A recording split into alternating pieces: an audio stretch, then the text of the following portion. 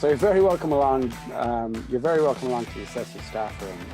We're with you for another episode. We're going to be with you for the next half hour or so, talking about what teachers are doing in schools, what platforms they're using. We want to hear from you. Basically, that's the long and short of it. So for the last 2 weeks, we've been talking with Helen O'Kelly about Office 365, and I thought it's about time to talk about G Suite. And I've kindly asked, or should I say, Ciara has kindly offered to join us to talk to us about G Suite. Ciara, first of all, before we start, can you introduce yourself and the name of your school, please? Sure, Hassan. Thanks a million for having me. Delighted to share our experience by G Suite.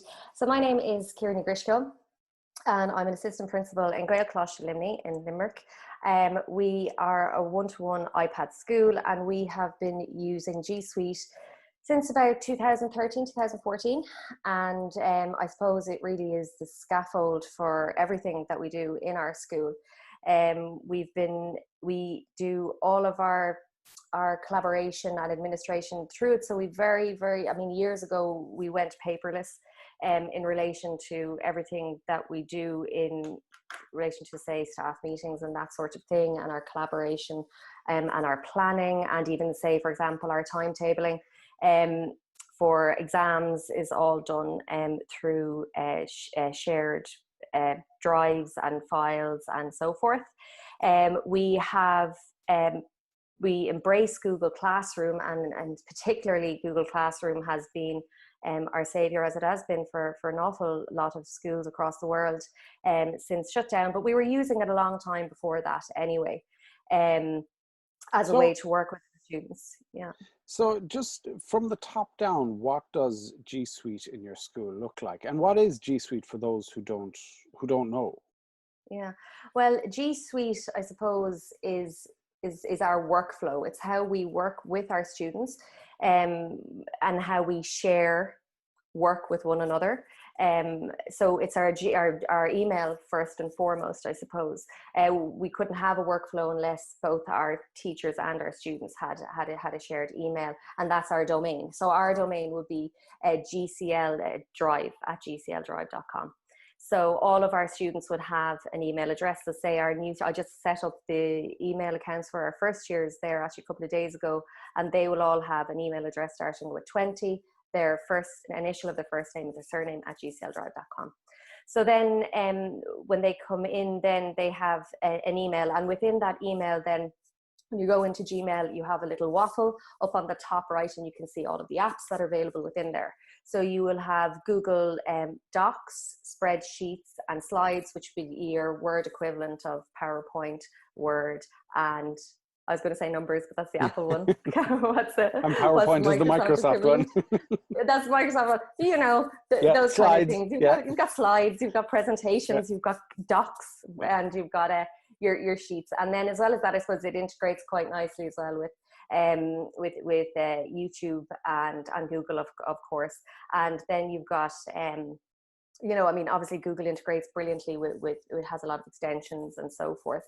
But in its core, what's very, very important is collaboration features within all of those. So from a teaching and administration point of view, with your planning, all of our planning would be in a department would be shared on a Google Doc.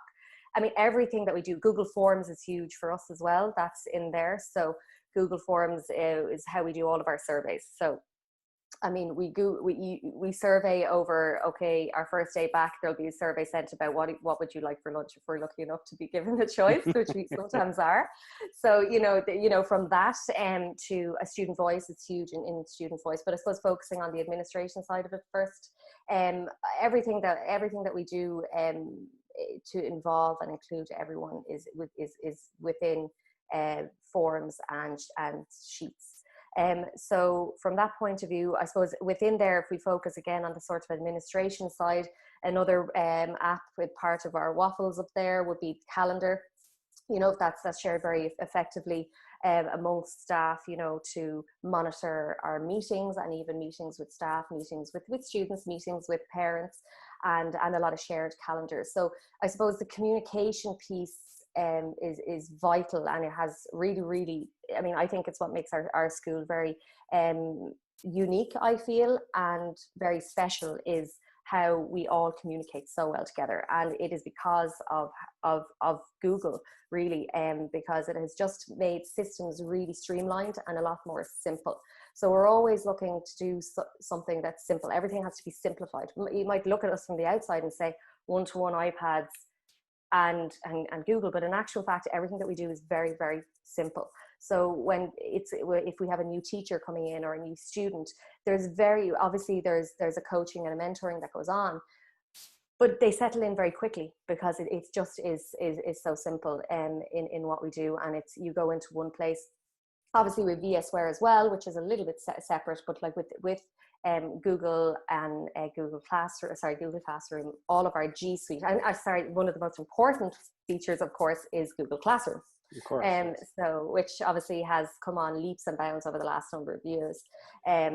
So I just mentioned earlier on, we were kind of, I think, looking back over the history, we were using big Moodle users, and then we were big iTunes U users, and now we had a mix as well. We always give choice to our teachers, and then Google Classroom, which is obviously all about the student, and with the teachers. And what we started to do this year, when we should close down, we were actually due to have a full day of professional learning with our staff to sort of tie in all of the progression that has gone on over the last number of years, because obviously some people take off, and some people are still just maybe sharing a Google Drive folder prior to Google Classroom, and that was fine, but just trying to get everyone up on the same level. So obviously the schools closed, and we were due to have it, I think it was the day before Paddy's Day, the 16th. So what we did was we set up a Google Classroom specifically for teachers,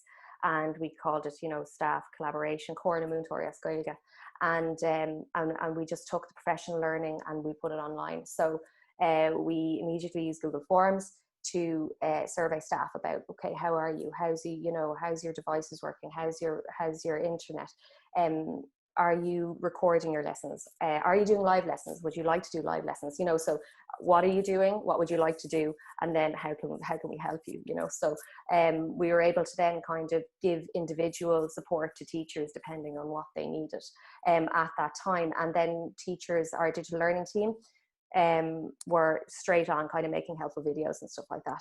I mean, we all hopped on we were quite strong on Twitter anyway. All of our subjects have a Twitter account. Teachers have a Twitter account, so we do a lot of collaboration. I suppose our professional learning network is there, and we were started kind of helping. A lot of local schools are helping each other, and there was great stuff going on and helping videos. So we did that we had to kind of personalize that, because if you're going to hop into your Google Classroom or you're going to hop into your domain, you can't really share a lot of that like on Twitter. You have to be careful. But within our own Google Classroom, we were free and able to do that, to go in and give quick demos about this is how you do it. Every subject has its own Twitter account. Yeah.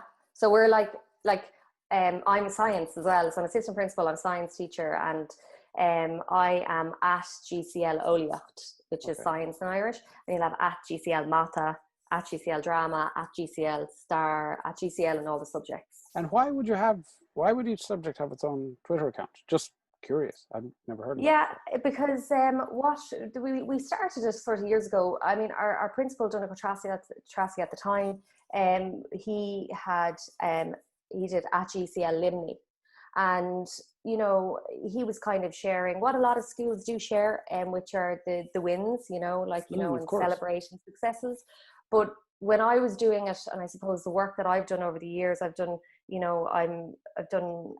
a lot of work, say, with Apple as an Apple Distinguished Educator.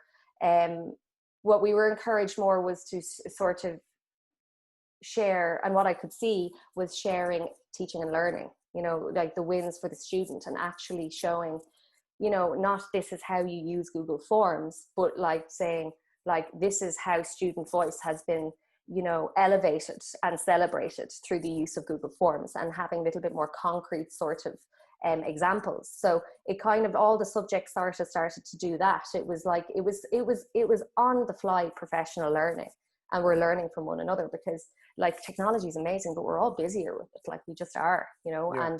but everyone will flick through their Twitter feed and you might see something for 30 seconds and you're like, oh, I'm going to try that tomorrow, you know, and then the network just kind of grows from that.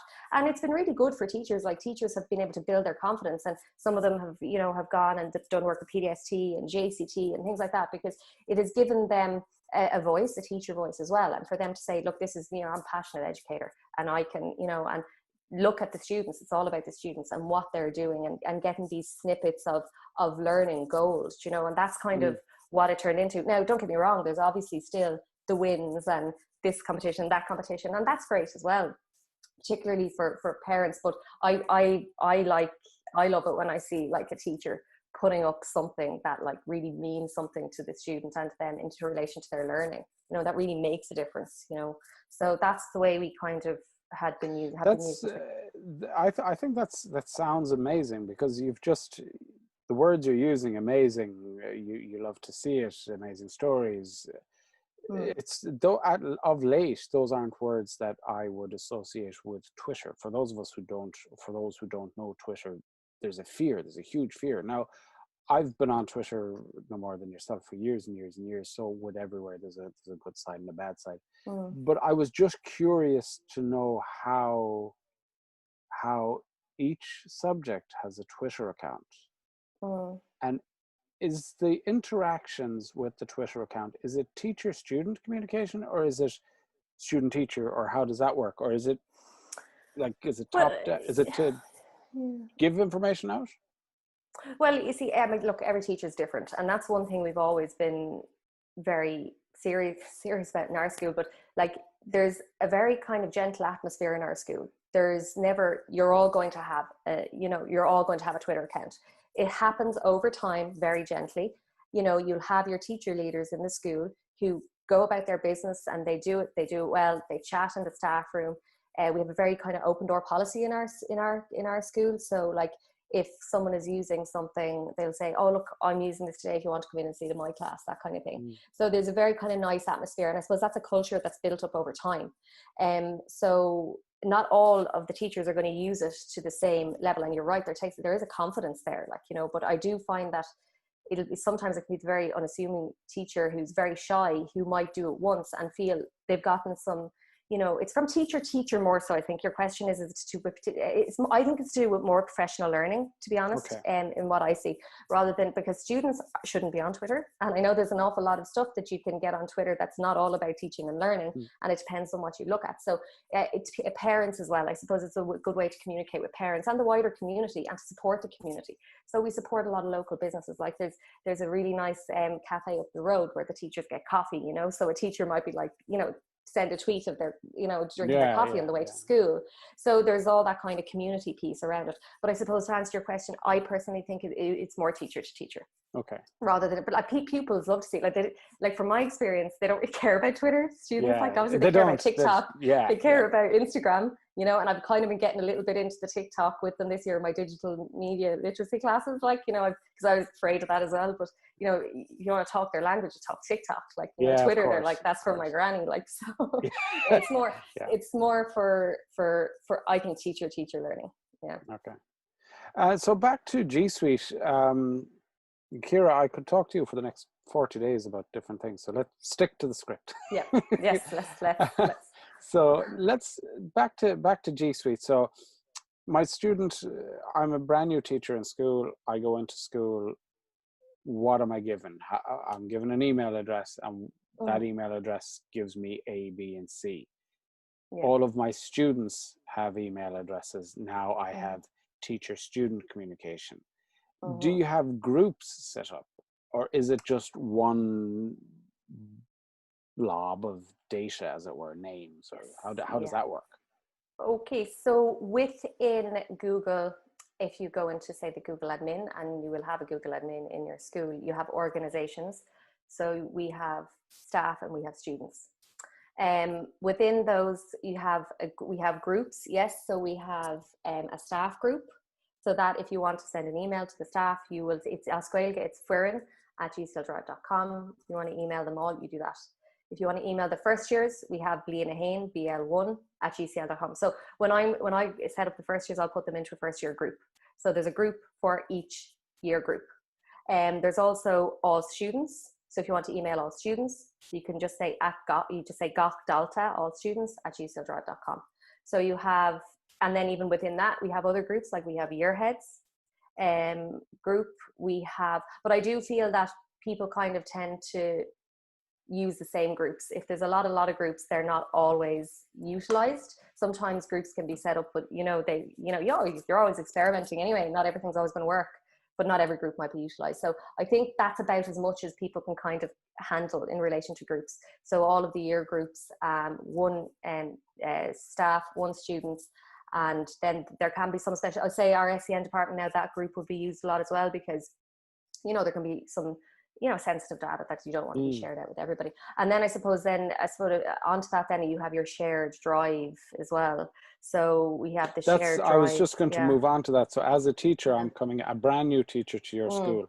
I'm coming in, I'm gifted at the front door with a handshake and an email address and welcome to the school. Yeah. I go to the staff room, I log in, or I go to my computer, I log in, or I have a device, I log in. So what I see in front of me will be my name, my Google Drive, which we're going to talk about, contacts, Google Calendar, my email inbox.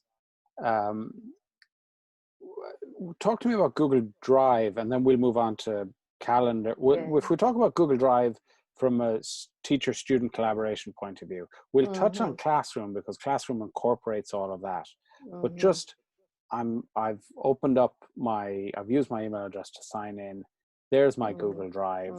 What next? What do I see? Yeah, so when you go in, you'll have your waffles, all your little, what they call the waffle, and when you click on that, you'll have all the different apps that you're going to use. And Google Classroom, I suppose, from our perspective, that would be the first thing that we would support teachers in using. Within the Google Drive yourself, I mean, you can, if it's a blank space, you can. It's unlimited storage, first of all, I suppose. So you can put what you want in it, I suppose. But you create your folders for whatever it is that you want, and then within your folders you can create docs, sheets, and so forth. I find as time goes on, we're moving more away from that central Google Drive place to kind of doing a lot within Google Classroom. Because there's a lot you can do within there without having to create it elsewhere and bring it in. So I find that that's happening a lot more. And within each Google Classroom, when you go in to set up a Google Classroom, you open up Google Classroom and then you just press the plus button and you create a class, and that's it. And you share the code with your students. And then that's populated with your students. So when you're talking about students, we only really communicate with students through Google Classroom or via email. We would rarely kind of go to the drive and, share it with all of the students that way. But I mean, it's up to each individual user how they use the Google Drive and so forth. But because I'm glad you mentioned that, because something Google Classroom has come along an awful long way since I've deployed it, and that's the last time I deployed Google Classroom school-wide was 2 years ago. Yeah. But before that, from a sharing, so if I don't understand how collaboration works, it's an expansion of me, the teacher, sharing a folder and getting each student to put a folder. All of that's gone now. So you're telling me it's just Google Classroom. I share the classroom. This is Hassan's subject. I walk into my classroom. My students are in front of me, and I just put the code up on the board. Is it? Yeah, I put the code up on the board. You can put the code up on the board. They put the code in to their device or that they're using, and then but they have to be using their school account. Okay, so they have to use their school account, and then they're automatically populated. So they're populated in there. So you go into people and all of your students should be in there. And that's where you're going to do all of your sharing, and then when you go to say create, and a lot of this has been learned actually recently, because when we would have been doing what was blended learning, we weren't 100% reliant on Google Classroom, because obviously we were in there with them. So now, since school has closed, we've kind of looked at, we have to make things even more crystal clear than they were before. So when you go in, you can create it says create an assignment, but it's not always. You can actually just put in materials. So you can put in, you say if you had created, say your notes were on a Google slide, you would just put those up in the materials. So that's where the students can go to get their Google slides. You know, some teachers, like we still do this, we still have all of the notes in one Google folder and we share that folder with them. You know, you can do that either. I think a lot of people who have been doing this a long time probably will do that because, you know, why, there's no point in redesigning the wheel either. Like, but in relation to navigation for some students, it can be easier just to put the materials up there. But the beautiful thing I think about it is that, like, it's a total, like, saves, it's no harm doing that, because when you say plus and just go, it'll bring up your option to put up your most recent. So if I was working on slides as a science teacher, if I was working on the cell, for example, and I'm tidying up my notes or updating them, and I go into Google Classroom and I say add, and it'll pull up my most recent, and there it'll be, and that's it. It's done and dusted. It's very, very quick, and it's very, very seamless. So, but all of these things, like, don't get me wrong, like, I mean, I'm saying they're simple. They're simple when you know how. Like, I mean, teachers do need a bit of support, and even sitting down for a few minutes is normally what people just need to say, oh, do you know you can go from this angle, or come at it from this angle. But the majority of teachers, I suppose, before Google Classroom would have been comfortable with sharing any kind of document, you know, like, you know, share it with specific people, share with all, you know, the ability to view or the ability to edit, or now the ability to comment, which is also really, really helpful as well. And so, what's your take on, as I fire the pen at myself, what's your take on Google Calendar? So Google Calendar is getting a bit of airtime on the CESI list at the minute. First of all, what's your overall take on it? And I think offline we were talking about, you can't really just take Google Calendar out, talk about it without talking about G Suite in general. But knowing that, what's your take, and how do you use Google Classroom in your school? Google, so well, or Google Calendar. Google Calendar, no, that's fine. Yeah, Google Calendar, like, okay, so when you start a Google Classroom, there's automatically Google Calendar linked to it, if you would like to use it. Now, how I use Google Calendar myself is, if I have a meeting, if I have a meeting with a student or any other staff member, you can put it into your Google Calendar and it can come up as an invite. And when they accept, it's automatically put into their calendar. So I suppose, you know, that's good to make sure everyone's on the same page. You can, through Google Calendar, you can create a Google Meet as well, which is nice and ties into your Google Classroom as well. What I use it for is when I create a Google site. So I have a Google site for all of my classes. That's just because I like to use it to keep track of where we are and what we've done. And again, for some students, they like to access the material that way. But within the Google site, I can link in my calendar. I also have a Google site. We have a Google site for our internet safety. And we, you know, and a lot of different departments have Google sites, and you can put your calendar in there so everyone can see what events are coming up for you. There's lots of things you can do. Like, if everyone uses it and uses it well, from a principal, deputy principal point of view as well, you can share a calendar if you wanted lots of staff if you wanted to meet all of the staff in a particular week, for example, you can share a calendar and people can input the time that they want to meet you. So you're cutting out, I suppose, a lot of kind of administration there if everyone can see what's going on. So there's lots of uses for it, but I think everyone kind of must, I suppose, when you use it as you need it, depending on your role, which is going to be very different from principal to teacher to student. And what would your advice be to somebody who comes up to you? And really, I'm coming at this from the point of view that a question went up on the CESI list, and if there was any training for Google Calendar, and I don't want to take away from the job of the trainers out there that will go to the school, and do, by all means, always, CPD is good, always keep the skill levels up. Now, all that said and done, if you were to give somebody a 1, 2, 3 on how to use Calendar, is it straightforward? Is it intuitive? And where would you start? Well, I suppose the first thing I would say is open Calendar and have a look. You know, just have a look and see what's there. You will find that every time you use Google Calendar, there's a calendar put in there. There might be an awful lot of calendars to kind of navigate and decide, but it depends on who you're speaking to and what they're using it for. So, you know, I suppose you would look at, okay, what is time consuming? How can you save time? What do you find is time consuming? And let's look and see if there's something that calendar can do to help with that. But I think you would have to, for say if it was principal, deputy principal, or school leader, just to go in and have a look at calendar and just see the features they have, start using it with your nearest and dearest at school, and then take it from there. I wouldn't really look at it as, right, I'm going to roll calendar out across the school next year. You know, I mean, it's a bone in the skeleton of the body, which is, you know, say the Google Suite. It integrates. You're such a with science everything. teacher. I am, yeah. I mentioned organs earlier on to you, I know, before this.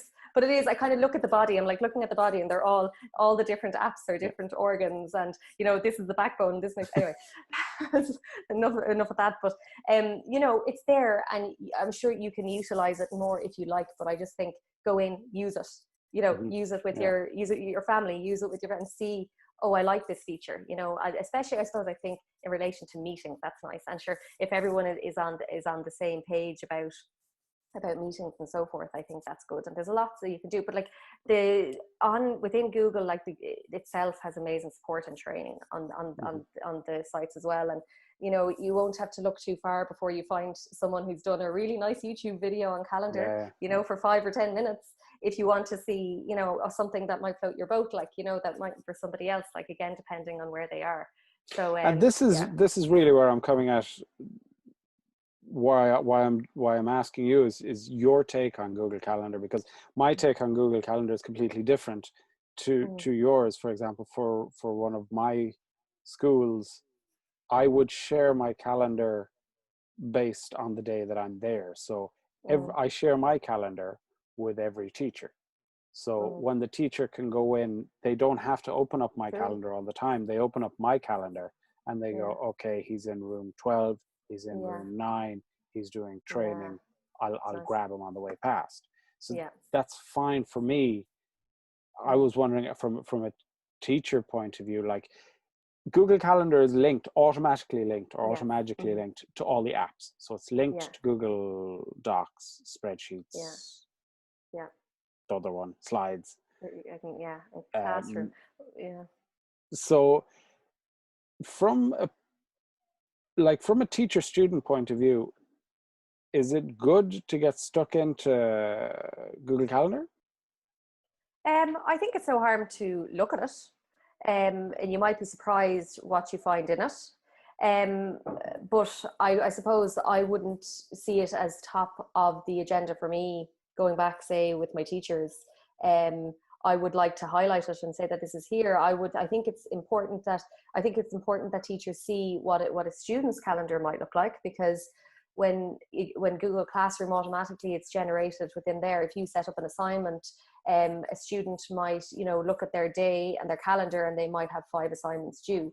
You know, it's important to see a calendar from everyone's perspective, I suppose, you know, because that's what a student is going to see. They're going to say, I have 5 assignments due here on a Tuesday, which is going to be different to a teacher where, you know, depending on how they have it set up.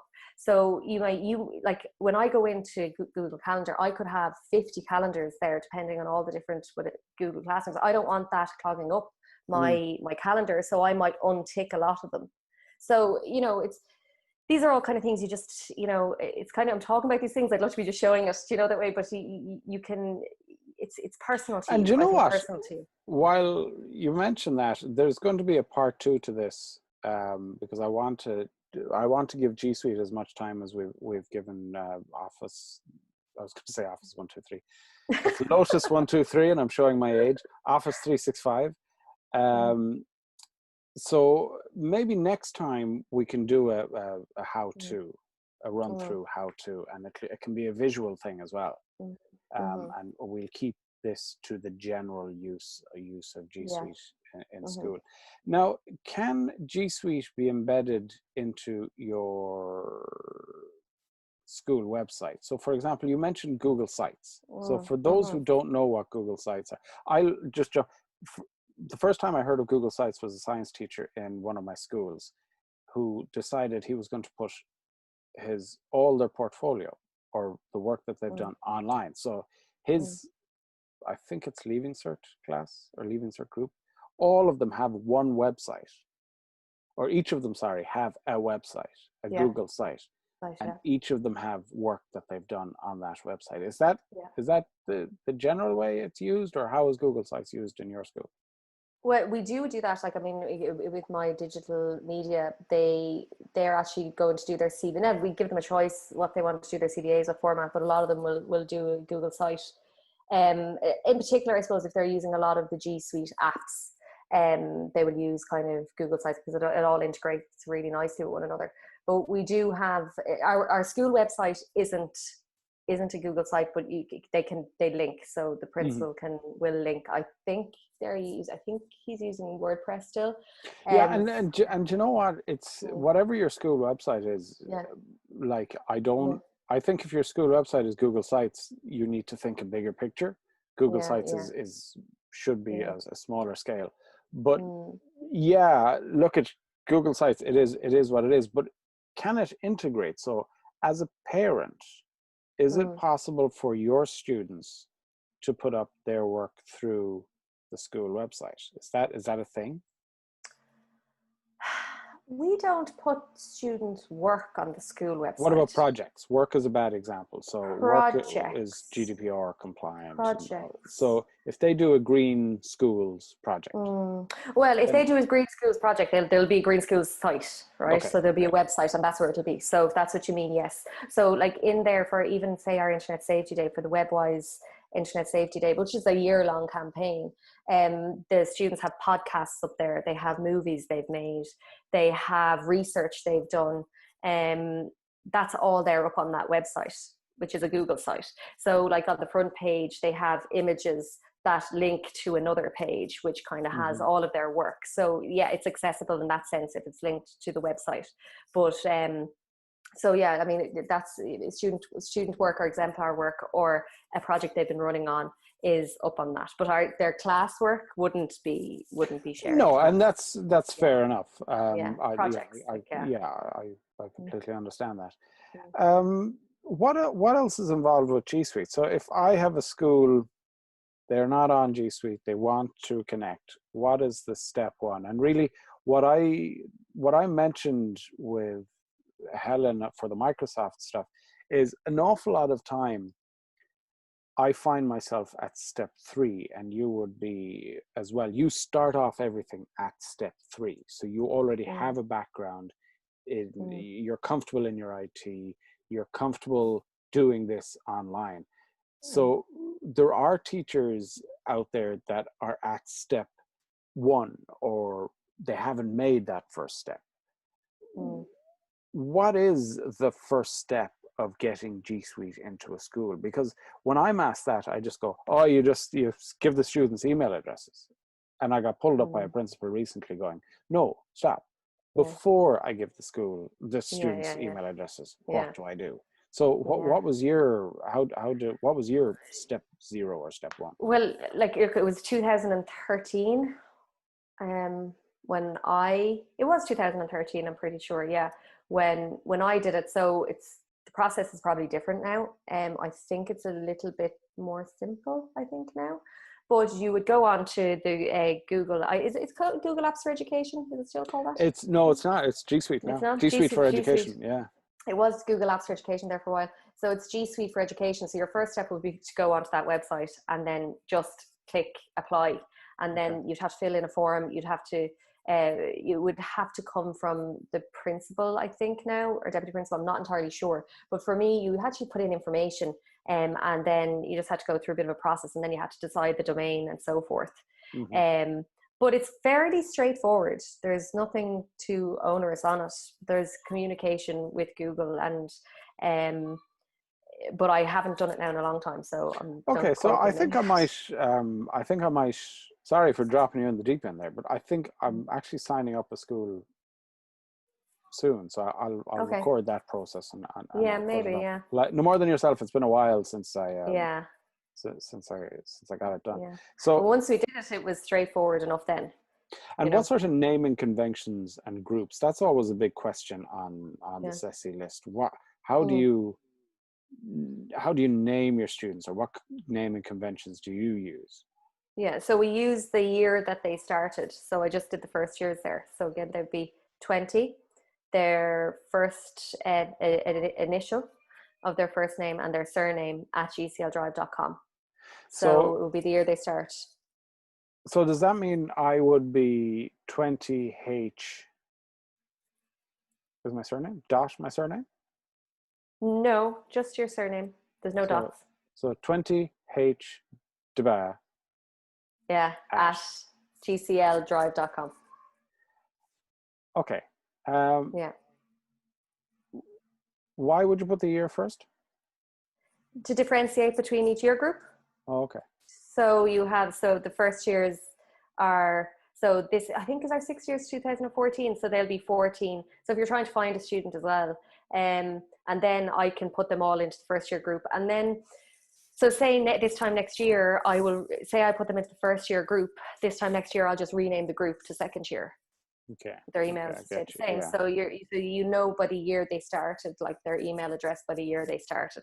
But you can, once they're in, you can search their names. Their names will come in. Like it's easy enough to find a student. You don't have to put in the year that they came in. But it is we have found it very handy, like, you know. Yeah, that's one of the debates. It's one of the ongoing debates on the CESI list of what naming convention do you use, and wars have been started for really?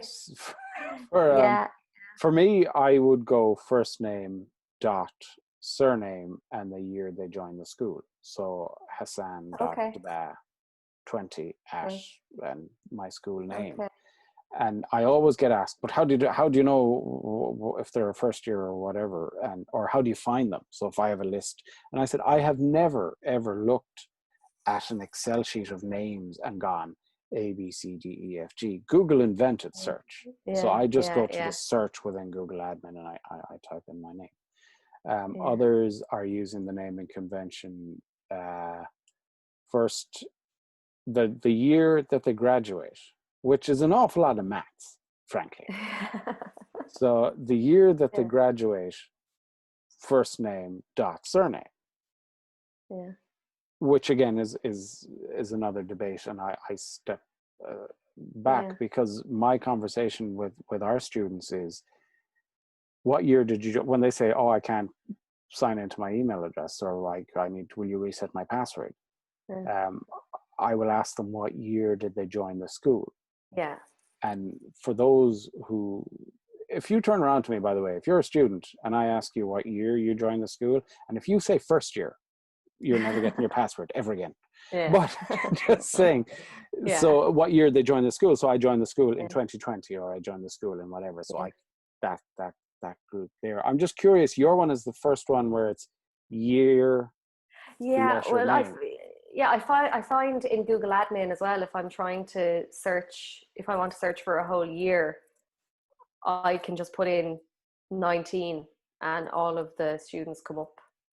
Now you could say I could go into the group, but like I'm in a situation now where I have to delete old users, so I could go 14, when is it, 2013? Yeah, so say 14 or whatever, and I could delete them all then. See, that's an awful lot of maths. Well, when you're doing it all the time, you kind of, and people are, so it works for us. Like, we haven't had any need to look at it and say, it could be better. It works for us.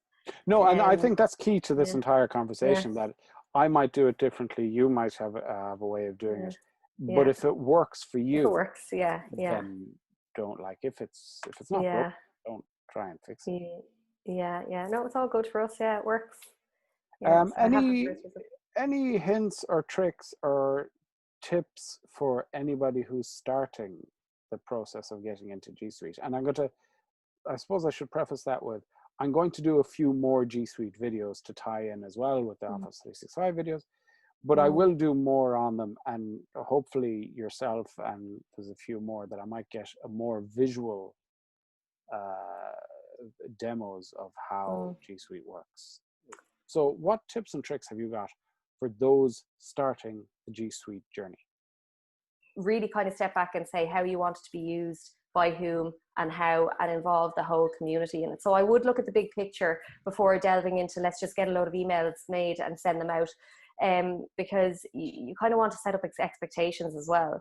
So I would look at that. Like, I know there's another new school, Munger College, that started there. It's a new school. I think they're the third year now, and they started with G Suite. So I think they really kind of have been using Share Drive very, very well, and they did that from the outset, you know. And they decided what it was that they were like. Again, everything's done through the